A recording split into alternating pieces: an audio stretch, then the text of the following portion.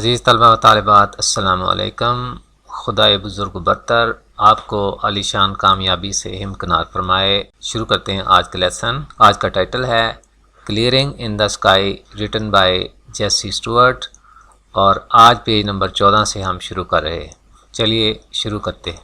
He pointed down from the upper rim of the clearing toward the deep valley below.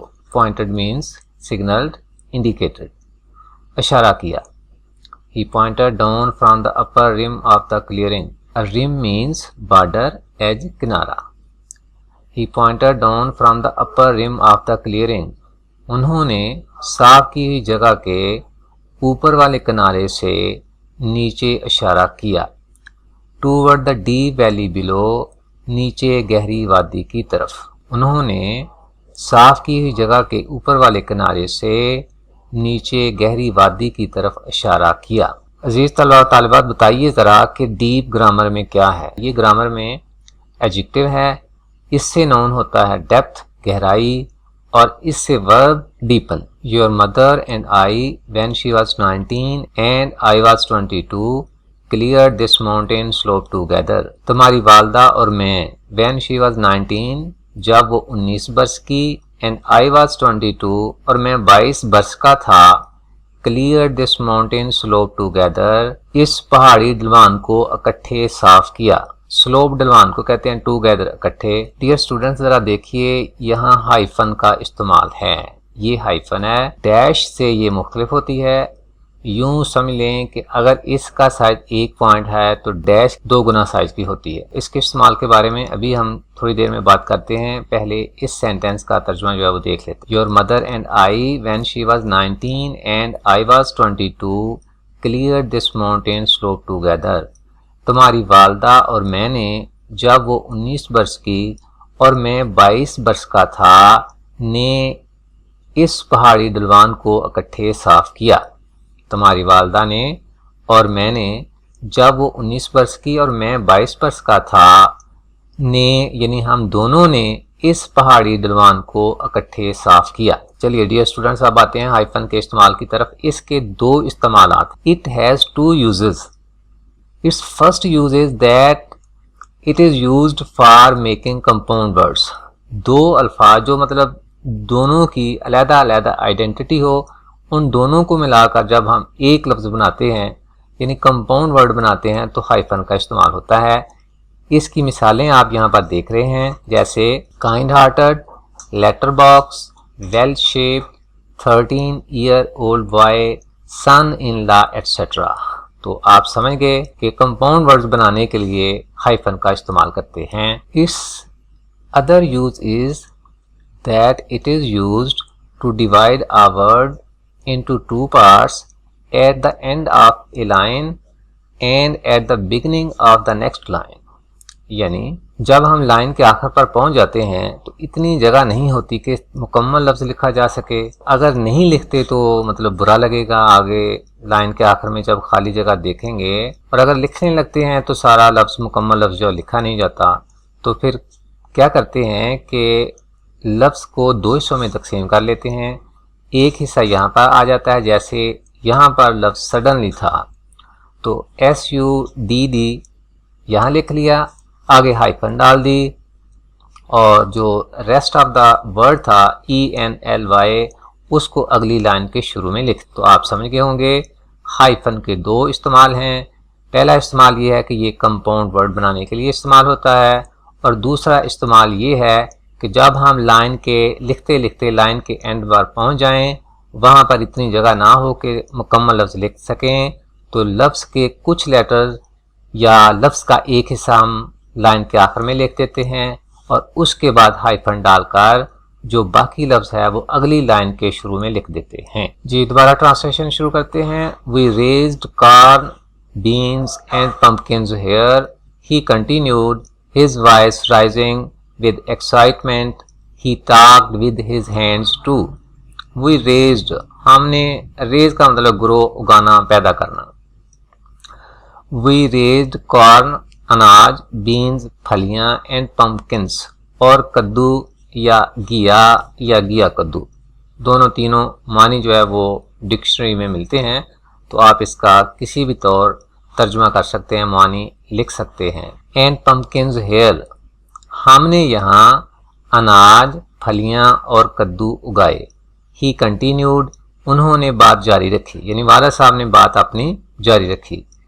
His voice rising with excitement, جوش و خروش سے ان کی آواز بلند ہو رہی تھی۔ رائز بلند ہونا، ایکسائٹمنٹ یہ نون ہے گرامر میں، اور اس کا مطلب جوش و خروش، ورب اس سے ایکسائٹ ہوتا ہے، اور ایکسائٹڈ اس سے ایڈجیکٹو ہے یا ایکسائٹنگ۔ ایڈجیکٹو یعنی دو ہیں، ایکسائٹنگ اور excited. He talked with his hands too, وہ اپنے ہاتھوں سے بھی باتیں کرتے تھے یا کر رہے تھے۔ ہاتھوں سے باتیں کرنے کا مطلب یہ ہے کہ وہ ہاتھوں سے اشارے کر رہے تھے۔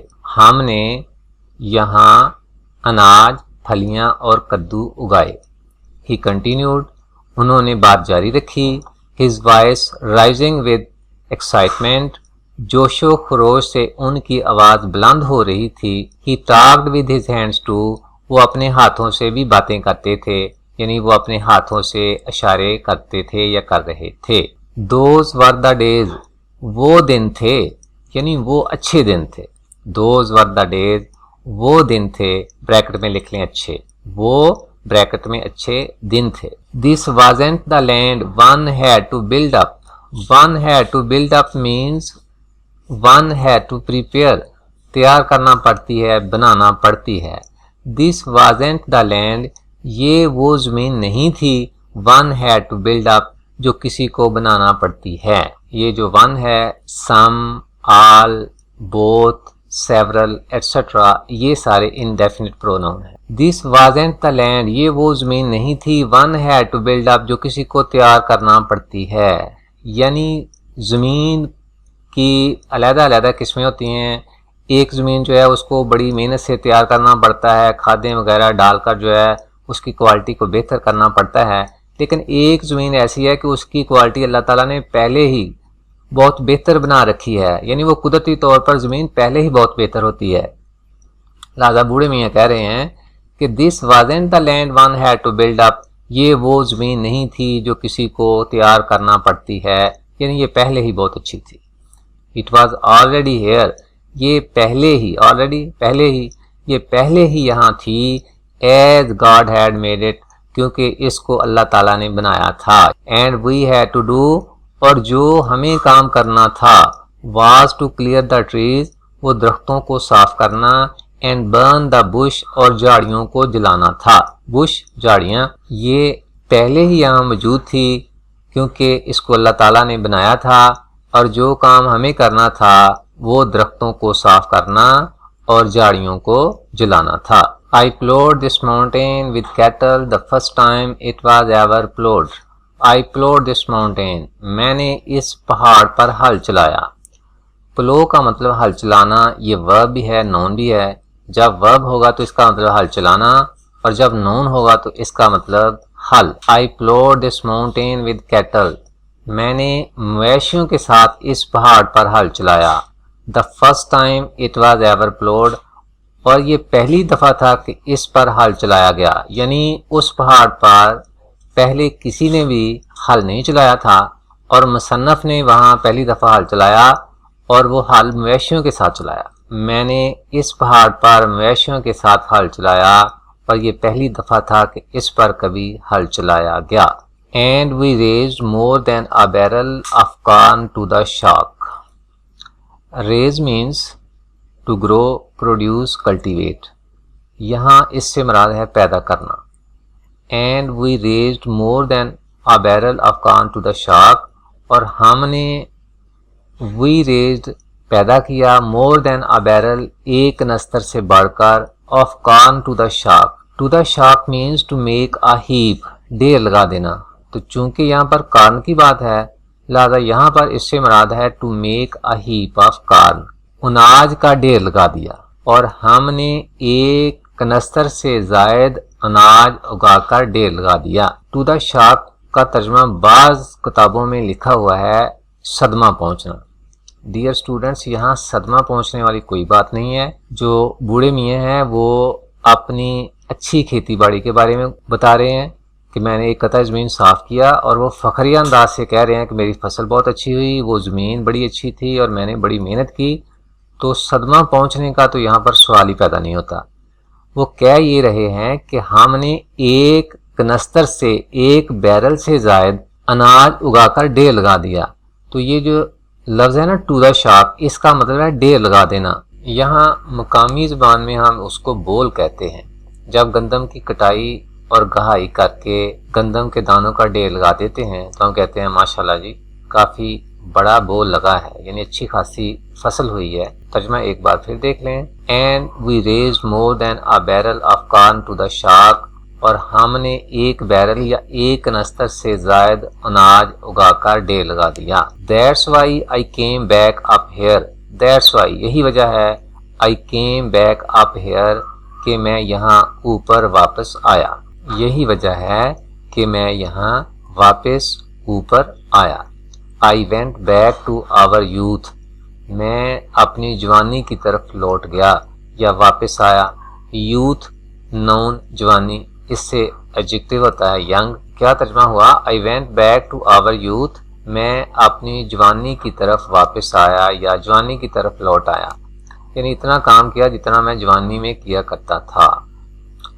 And this was the only land left like that was، and this was the only land، اور یہ واحد زمین تھی left like that was جو اس طرح چھوڑ دی گئی تھی، یعنی اس کے علاوہ جو باقی زمین تھی نا ساری کی ساری وہ تو کسی نہ کسی نے کاشت کر لی ہوئی تھی۔ جس زمین کی بوڑھے میاں بات کر رہے ہیں صرف یہی زمین رہ گئی تھی جو لوگوں نے چھوڑ دی ہوئی تھی، یعنی اس میں کسی نے کھیتی باڑی نہیں کی ہوئی تھی، اور یہ وہ زمین تھی جو اس طرح چھوڑ دی گئی تھی۔ And just he bragged regardless of my 80 years and 10 I plowed it۔ And yes اور جیس ہی bragged انہوں نے شیخی بغاری یا فخریہ انداز سے کہا۔ brag means to boast, to say something with pride۔ regardless means despite, in spite of, apart، کے باوجود۔ he bragged انہوں نے شیخی بغاری regardless of my 80 years and 10 باوجود میری 70 برس عمر کے۔ ریگارڈلیس میں نے بتایا آپ کو کہ اس کے باوجود، تو اس کے باوجود کہ یعنی میں 70 برس کا ہو چکا تھا، آئی پلوڈ اٹ میں نے اس میں ہل چلایا، اور جیس انہوں نے شیخی بغاری باوجود میری 70 برس عمر کے میں نے اس میں ہل چلایا۔ Ploughed it with a mule, mule کہتے ہیں خچر کو، ploughed it with a mule ایک خچر کے ساتھ ہل چلایا۔ I have with just a little help، میں نے بس تھوڑی سی، just a little help بس تھوڑی سی مدد کے ساتھ done all the work سارا کام کیا، میں نے بس تھوڑی سی مدد کے ساتھ سارا کام کیا، یعنی سارا کام میں نے خود کیا، بس اگر کسی سے مدد لی تو وہ بس تھوڑی سی تھی۔ It's like the land your mother and I used to farm here when I brought my gun to the field and took home a mess of fox squirrels every evening۔ It's، آپ یہاں پر dear students it's دیکھ رہے ہیں۔ پہلی جو صورت آپ دیکھ رہے ہیں وہ یہاں پر جو مطلب لکھی ہے وہ یہ ہے کہ اٹ اور اپاسٹرافی اور ایس۔ اپاسٹرافی کا مطلب یہ ہوتا ہے کہ یہ یہاں ایک طرح سے مہرہ ہے، اصل کوئی اور ہے، تو اگر اس مہرے کو کہہ لیں یہاں سے ہٹا لیں تو وہ جو اصل ہے وہ کون ہے؟ وہ ہے از، یعنی وہ ہے آئی۔ تو جب اپاسٹرافی کو ہٹا لیں گے تو جو اصل ہوگا وہ ہوگا از، اور اب یہ لفظ بن جائیں گے اٹ از۔ تو بعض جو اسٹوڈنٹس ہیں وہ دونوں میں یہ جو اٹس اوپر ہے اور یہ جو اپاسٹرافی کے ساتھ اٹس ہے ان میں ڈفرینشیٹ نہیں کر سکتے، فرق نہیں کر سکتے۔ یاد رکھیں کہ یہ جو اپاسٹرافی والا اٹس ہے اس کا مطلب ہے اٹ از۔ اگر آپ اٹ از کہنا چاہتے ہیں تو پھر یہ اپاسٹرافی والا اٹس استعمال کریں، اور اگر آپ یہ کہنا چاہتے ہیں کہ اٹس یعنی اس کا، جیسے آپ کسی ٹیبل کی طرف اشارہ کر رہے ہیں اور آپ یہ کہنا چاہتے ہو کہ اٹس کلر از براؤن، تو پھر آپ نے یہ